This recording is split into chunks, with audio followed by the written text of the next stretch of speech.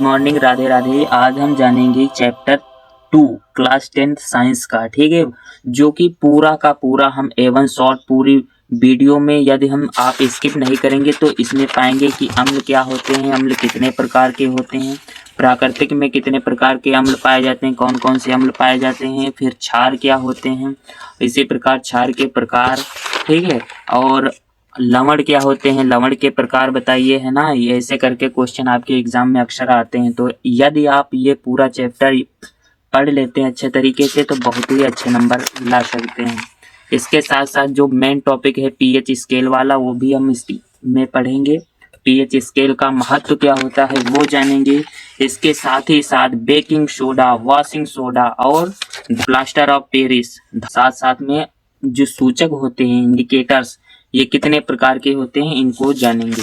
तो video start करने से पहले थोड़ा सा पढ़ लेते हैं, हम इसका बेसिक नॉलेज कवर कर लेते हैं। जानते हैं कि अम्ल क्या होते हैं भाई। अक्सर ये अम्ल क्षार जो कि पहला चैप्टर है, तो हम जानेंगे अम्ल क्या हैं, क्षार क्या हैं, लवण क्या है, इनकी परिभाषा मोटे तौर पर जान लेंगे, फिर इनके गुण को हम एक एक करके जानेंगे, ठीक है।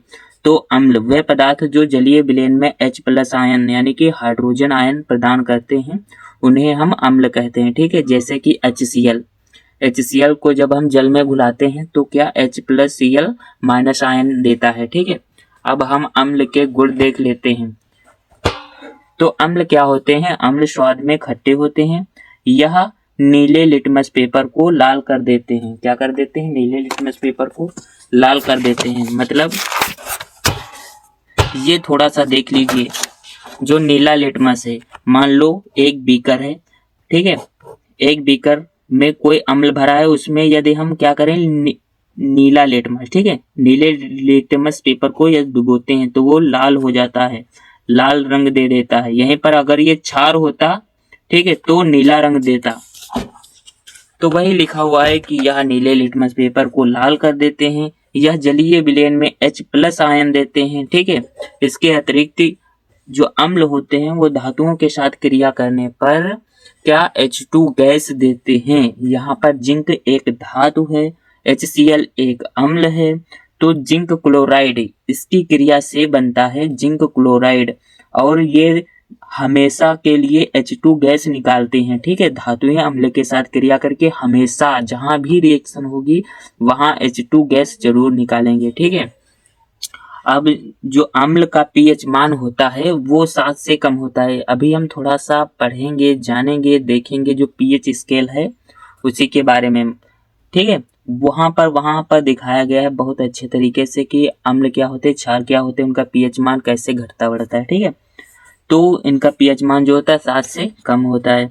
अम्ल जो कार्बोनेट हैं, ठीक है, अम्ल क्या करते हैं, कार्बोनेट आयन के साथ रिएक्ट करके CO2 गैस देते हैं। जब हम कार्बोनेट आयन के साथ यानी कार्बोनेट ग्रुप के साथ हम HCl मतलब कोई भी अम्ल को क्रिया करवाते हैं तो वहां पर एक सॉल्ट बनता है, उसका मतलब मिक्सिंग वाला सॉल्ट मिलता है, फिर जल मिलता है और कार्बन डाइऑक्साइड अवश्य निकलती है, ठीक है। यहाँ पर कार्बन डाइऑक्साइड जरूर निकलेगी, जैसे वहां पर हाइड्रोजन निकल रही थी ना।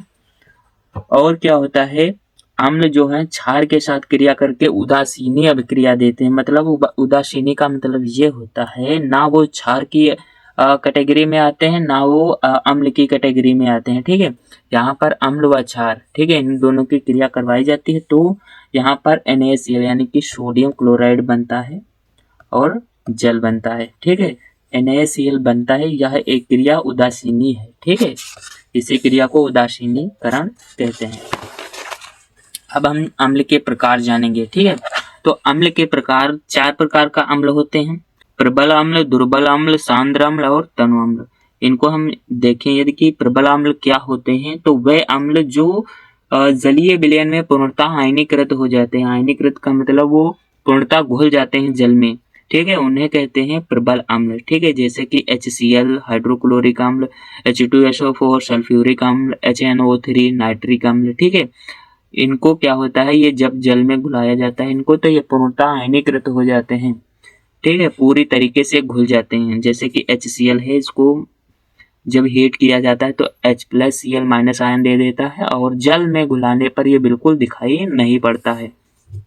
इसी प्रकार जो दुर्बल अम्ल होते हैं, ठीक है, दुर्बल अम्ल क्या होते हैं कि वे अम्ल जो जलीय विलयन में पूर्णतः आयनीकृत नहीं होते हैं, मतलब ये घुल तो जाते हैं लेकिन पूरी तरीके से नहीं घुलते हैं पानी में, तो उन्हें दुर्बल अम्ल कहते हैं। जैसे कि एसिटिक अम्ल, ठीक है, एसिटिक अम्ल का सूत्र यहाँ पर लिखा है CH3COOH, ठीक है, और कार्बोनिक अम्ल जिसका सूत्र है H2CO3, ठीक है। यहाँ पर ये एसिटिक अम्ल है, इसकी जब रिएक्शन कर हीट किया जाता है तो H++ CH3COO माइनस आयन में टूट जाता है, यानी कि ये जो है ये जल में बहुत कम घुलता है, ठीक है, पूरी तरीके से नहीं घुलता है। अब जो सांद्र अम्ल होता है, तो जिस विलयन में अम्ल की मात्रा अधिक होती है तथा जल की मात्रा कम होती है उसे सांद्र अम्ल कहते हैं।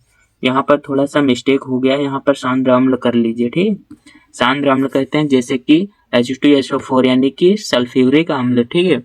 और बात करते हैं तनु अम्ल। जो तनु अम्ल होते हैं इसका भी बिल्कुल थोड़ा सा अपोजिट होते हैं। उसमें हमने जाना कि मतलब वह होते हैं जो अम्ल की मात्रा जिसमें अधिक होती है और जल की मात्रा कम होती है, और इसमें इसका उल्टा पढ़ेंगे कि जिस विलयन में अम्ल की मात्रा कम और जल की मात्रा अधिक होती है उसे हम तनु विलयन कहते हैं, तनु अम्ल कहते हैं, ठीक है।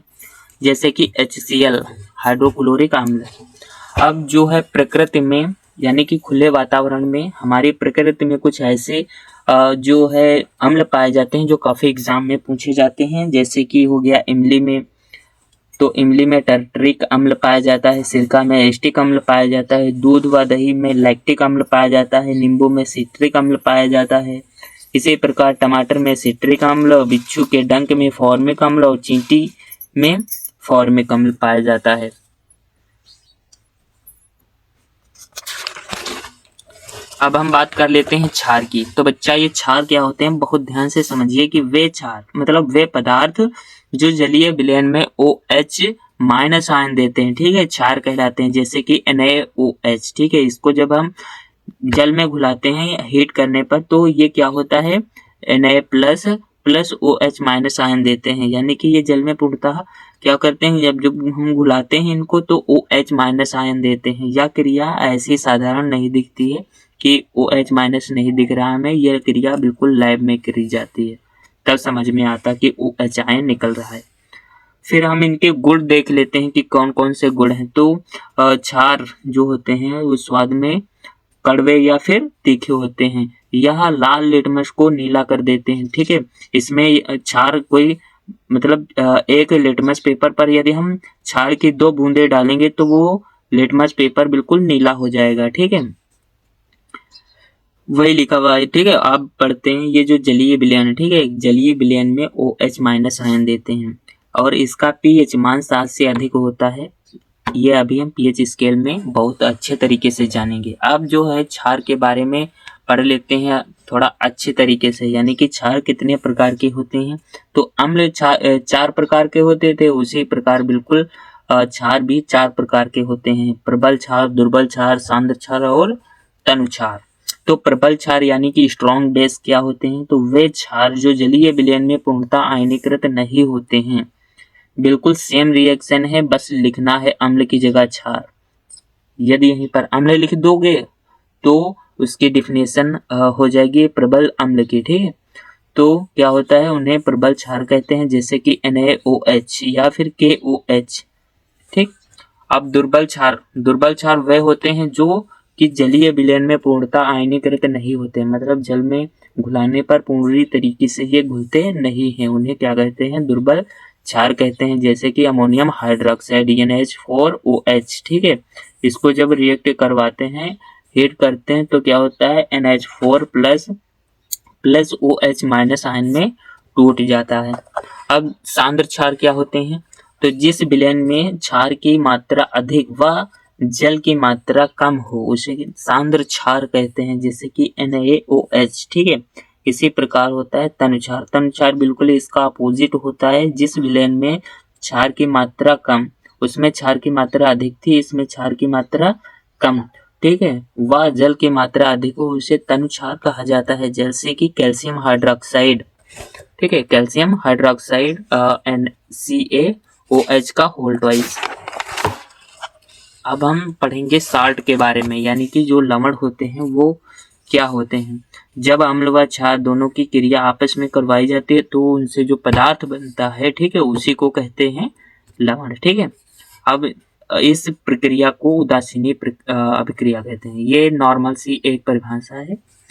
ये रहा अम्ल, ये रहा क्षार। ठीक है, इसकी क्रिया जब हम करवाते हैं तो इन दोनों का मिक्सिंग ग्रुप निकलता है जिसका नाम NaCl हो जाता है, यानी कि सोडियम क्लोराइड, जो कि एक लवण है और जल बनता है। अब लवण के जो प्रकार हैं उनको देख लेते हैं एक एक करके। तो जो लवण हैं वो 3 प्रकार के होते हैं। ठीक है, तटस्थ लवण, यानी इंग्लिश में इनको कहा जाता है नेचुरल सॉल्ट। तो वे सॉल्ट जो जल में ना तो जल में घुलने ना तो अम्लीय होते हैं, घुलने पर ना तो अम्लीय होते हैं ना तो क्षारीय होते हैं। ठीक है, उन्हें कहते हैं नेचुरल सॉल्ट। ऐसे लवण प्रबल अम्ल व प्रबल क्षार के द्वारा मिक्सिंग से बनते हैं। ठीक है, प्रबल अम्ल व प्रबल क्षार के मिक्सिंग से बनते हैं, जैसे कि यहाँ एग्जांपल में देख रहे हैं आप कि HCl जो है प्रबल अम्ल है और NaOH यानी कि जो सोडियम हाइड्रोक्साइड है वो एक प्रबल क्षार है। इन दोनों के मिश्रण से क्या बनता है, नेचुरल सॉल्ट, यानी कि तटस्थ लवण बनता है। ठीक है, और जल बनता है। दूसरा हो जाता है इसी का प्रकार अम्लीय लवण। ठीक है, तो अम्लीय लवण वे होते हैं जो जल में घुलने पर, ठीक है, जल में घुलकर क्या होते हैं, अम्लीय विलयन बनाते हैं। ठीक है, उन्हें कहते हैं अम्लीय लवण। और ऐसे लवण प्रबल अम्ल तथा दुर्बल क्षार के मिश्रण से बनते हैं। प्रबल अम्ल हमने जाना कि HCl होता है, ठीक है, हाइड्रोक्लोरिक अम्ल होता है, और दुर्बल क्षार NH4OH होता है। इन दोनों के मिश्रण से एक अमोनियम क्लोराइड का लवण बनता है। ठीक है, इसी को कहते हैं अम्लीय लवण, साथ में जल निकल जाता है। अब बात करते हैं थर्ड वाला कि क्षारीय लवण। क्षारीय लवण वह होते हैं, मतलब कि वह लवण या साल्ट जो जल में घुलकर क्षारीय विलयन बनाते हैं। ठीक है, उन्हें कहते हैं क्षारीय। ठीक है, क्षारीय लवण। ठीक, ऐसे विलयन जो ऐसे लवण होते हैं वो किनसे मिलकर बनते हैं, दुर्बल अम्ल व प्रबल क्षार के मिश्रण से बनते हैं। यहाँ पर कार्बोनिक अम्ल यानी कि H3CO3 H2CO3 यह एक क्या है, यह एक दुर्बल अम्ल होता है। NaH, ठीक है, NaOH यहाँ पर जो सोडियम हाइड्रोक्साइड है वह प्रबल क्षार है। वही लिखा हुआ है कि ऐसे लवण मतलब ऐसे सॉल्ट किससे मिलकर के बनते हैं, तो प्रबल अम्ल व दुर्बल अम्ल व प्रबल क्षार के मिश्रण से बनते हैं। तो इनको जब मिक्स कराया जाता है तो एक क्षारीय विलयन का, क्षारीय लवण का जो है फॉर्मेशन होता है, निर्माण होता है, और साथ में जो है जल निकल जाता है। तो अम्ल जो लवण जो होते 3 प्रकार के होते हैं, तटस्थ लवण, अम्लीय लवण और क्षारीय लवण।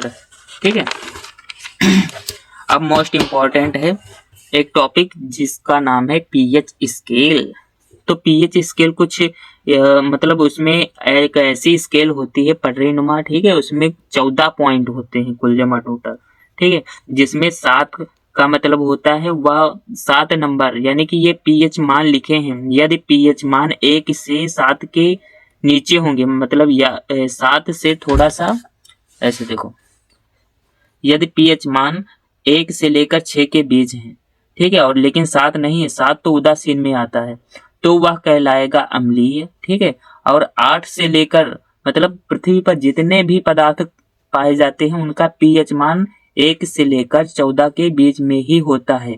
यदि उस पदार्थ का मतलब कोई भी पदार्थ हो जिसका पीएच मान 1 से लेकर 6 के बीच में है वह पदार्थ अम्लीय कहलाएगा, और 8 से लेकर के 14 के बीच में है तो वह पदार्थ क्षारीय कहलाएगा। ठीक है, तो अम्लीय, क्षारीय, और 7 यहाँ पर उदासीन हो जाएगा। उदासीन का मतलब ना तो वो अम्लीय रहेगा ना तो उसकी प्रकृति क्षारीय रहेगी। ठीक है, यहाँ पर कुछ मैंने नोट डाउन कर रखा है कि जो अम्ल होते हैं जैसे कि नींबू का पीएच मान 2 होता है, सिरके का 3, संतरे का 4, और जो जल होता है जल का पीएच मान होता है 7, नमक का 7, बेकिंग सोडा एक क्षारीय लवण क्षारीय होता है। ठीक है, इसको क्या होता है, बेकिंग सोडा एक क्षारीय है जिसका पीएच मान 8, वॉशिंग सोडा घेरा चूने का पानी इसका जो है 12 होता है पीएच मान। तो थोड़ा सा इसके बारे में पढ़ लेते हैं। यदि एग्जाम में आ गया कि भाई पीएच मान पर शॉर्ट नोट लिखिए, तो किसी भी पदार्थ की प्रकृति, ठीक है, कैसी है, यानी कि अम्लीय है या क्षारीय है, इसको जानने के लिए, ठीक है, सोरेनसन नामक एक साइंटिस्ट थे, उन्होंने 1909 ईस्वी में पीएच स्केल की खोज की थी। अगर किसी पदार्थ का पीएच मान 7 से कम होता है तो वह पदार्थ अम्ल होता है। यदि किसी पदार्थ का पीएच मान 7 होता है, मतलब 7 से कम नहीं, केवल 7 होता है, तो वह उदासीन या फिर तटस्थ कहलाता है, ठीक है। और यदि 7 से क्या होता है, थोड़ा सा भी ज्यादा होता है, यानी 8 से लेकर 14 के बीच में, 8 से लेकर 14 के बीच में होता है, तो वह जो पदार्थ है वह क्षारीय कहलाता है, ठीक है। क्या कहलाता है, क्षारीय होता है। अब पीएच का महत्व देख लेते हैं हम लोग। तो पीएच का महत्व, यानी कि हमारी लाइफ में पीएच का क्या रोल है। तो हमारे पेट में अम्ल पाया जाता है, कौन सा, HCl, ठीक है। हमारे पेट में HCl अम्ल पाया जाता है जो भोजन को पचाने में बहुत ही मदद करता है। और साथ में जो अम्लीय मिट्टी है, ठीक है, मिट्टी फसल, जो अम्लीय मिट्टी मतलब जो मिट्टी होती है नॉर्मल सी, वो अम्लीय होती है। और अम्लीय मिट्टी में क्या होता है कि फसल बिल्कुल अच्छी नहीं होती है। तो वही कहा गया है कि अम्लीय मिट्टी में फसल अच्छी नहीं होती, इसलिए मिट्टी में बुझा चूना मिलाकर उसे क्या सही किया जाता है। इसी प्रकार मतलब कि फसल सही हो सके, ठीक है। इसी प्रकार मुंह में पीएच कम होने से दांत खराब होने लगते हैं, ठीक है। इसी प्रकार जब दांत खराब होने लगते हैं तब डॉक्टर कहता है भाई पतंजलि का मंजन करो, क्यों करो, या फिर कहता है कि नीम की दैतून करो, क्यों करो, क्योंकि वो हल्का सा कड़वी होती है, तीखी होती है, ठीक है, क्योंकि वो क्षारीय के गुण में आती है, क्षारीय की प्रकृति में आती है। तो अम्ल, क्योंकि वो क्या होता है, अम्ल से जो है बैक्टीरिया वायरस ज्यादा आकर्षित होते हैं। यही कारण है कि मतलब जो डॉक्टर लोग होते हैं, या तो कोई बहुत अच्छा मंजन बताएंगे आपको यदि कीड़ा वगैरह लग जाते हैं दांतों में, या तो आपको कहेंगे भाई कि जैतून करो, सीधा सा एक सवाल है, ठीक है। फिर क्या होता है, जल का जो पीएच मान 7 होता है, ठीक है। अधिक अम्लीय व अधिक क्षारीय जल का पीएच मान हमारी बॉडी के लिए बहुत ही हानिकारक हो जाता है। अब बात कर लेते हैं बेकिंग सोडा। अब हम जान लेते हैं बेकिंग सोडा क्या होता है। तो इसका जो रासायनिक नाम होता है, बेकिंग सोडा का रासायनिक नाम सोडियम हाइड्रोजन कार्बोनेट, यानी मतलब इसका जो सूत्र होता है वो NaHCO3 होता है, और इसी का जो नाम है वो आप कह सकते हैं सोडियम हाइड्रोजन कार्बोनेट। और ये बनता कैसे है, तो क्या होता है, जब सोडियम क्या कहते हैं, सोडियम क्लोराइड, ठीक है, यह साधारण नमक होता है, इसकी क्रिया जब क्या करते हैं, इसकी क्रिया CO2 के साथ, ठीक है, जल की उपस्थिति में, मतलब जो सोडियम क्लोराइड है इसकी क्रिया जल के साथ और सोडियम क्लोराइड की क्रिया जल के साथ कार्बन डाइऑक्साइड की उपस्थिति में किससे कराते हैं, अमोनिया के साथ जब कराई जाती है तो क्या बनता है, सोडियम हाइड्रोजन कार्बोनेट बनता है, ठीक है। वही लिखा हुआ है कि जब साधारण नमक को जल में अमोनिया के साथ, ठीक है, CO2 यानी कि कार्बन डाइऑक्साइड की उपस्थिति में अभिक्रिया कराई जाती है तो बेकिंग सोडा का निर्माण होता है, NaHCO3। और ये जो है अमोनियम क्लोराइड, ये क्या करती है, गैस के फॉर्म में, मतलब गैस के फॉर्म में ये बाहर निकल जाती है, ठीक है। अब इसके उपयोग देख लेते हैं, उपयोग क्या, कहाँ कहाँ इसका होता है।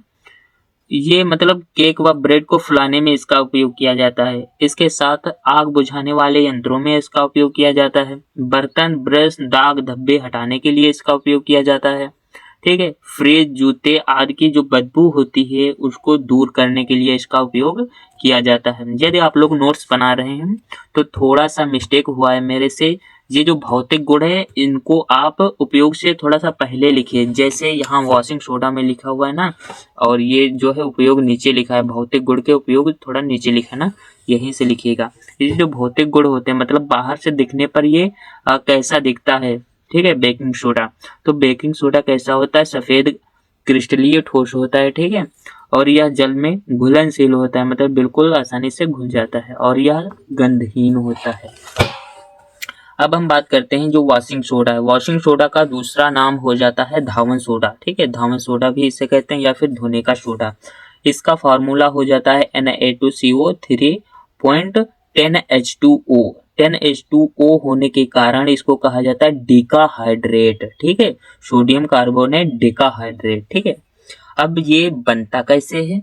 तो बनेगा भैया तभी, अभी हमने क्या पढ़ा था, baking soda. Baking soda next ये पढ़ा है ना, बेकिंग सोडा NaSCO3, तो उसी से ये बनता है वॉशिंग सोडा। वॉशिंग सोडा, अब देख लीजिए, जब बेकिंग सोडा को गर्म किया जाता है तो सोडियम कार्बोनेट बनता है, ठीक है, जिसमें क्या करते हैं, जिसमें जल मिलाने पर वॉशिंग सोडा प्राप्त होता है।